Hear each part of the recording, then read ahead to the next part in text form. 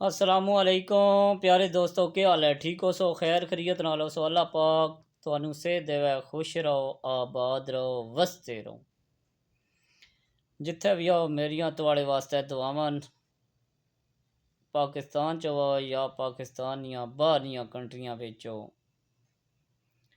सब दोस्तों मेरी तरफों सलाम ते love you. Special video Abdul Aziz Sahab गाँव मियाँ वाला। अब्दुल अजीज साहब अल्लाह पाक तुहानू इज्जतां देवे, तरक्कियां देवे, खुश रहो, आबाद रहो। बड़े अच्छे इंसान हो, उन्हां नाल मुलाकात भी हुई है, बड़ा प्यार मिल रहा ते बड़ी खुशी हुई है, भरावां नाल मुलाकात हुई है। ते अब्दुल अजीज साहब अल्लाह पाक ना तुहानू रंग लावे, मेरी तुहाड़े वास्ते दुआ है। स्पैशली तुहाड़ी फरमाइश भी पूरी करने आ ते लव यू है तुहाड़े नाल भी।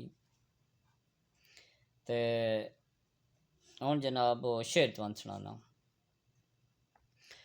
अरमान न कर ओ दिल कमला, अरमान न करे ओ दिल कमला, ए दुनिया सब आजमाइए, ए दौर है नफसा नफसी दा, इत्थे हर कोई अपनी पई है।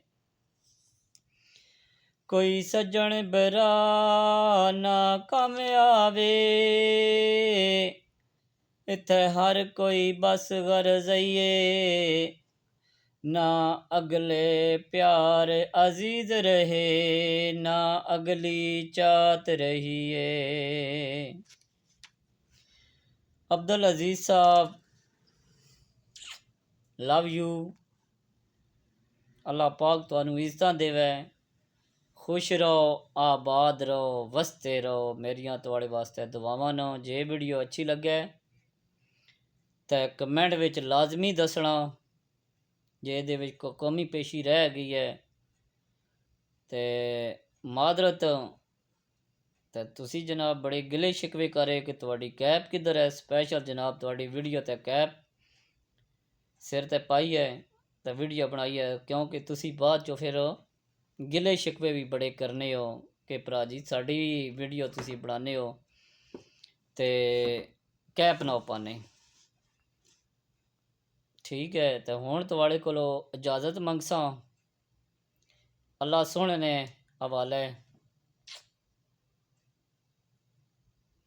इस अंगूठी ते लिखिया हुआ double I love you. Okay, ये भी गिफ्ट ही आई है। अल्लाह हाफिज़।